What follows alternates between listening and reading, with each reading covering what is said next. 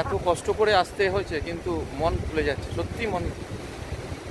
এত সুন্দর জায়গা, আসার সময় রাস্তায় খুব কষ্ট, উঁচু নিচু পথ, গাছের শেকড়ের পর ভরসা করে আসা, কষ্ট লাঘব হয়ে যায়। খুব সুন্দর।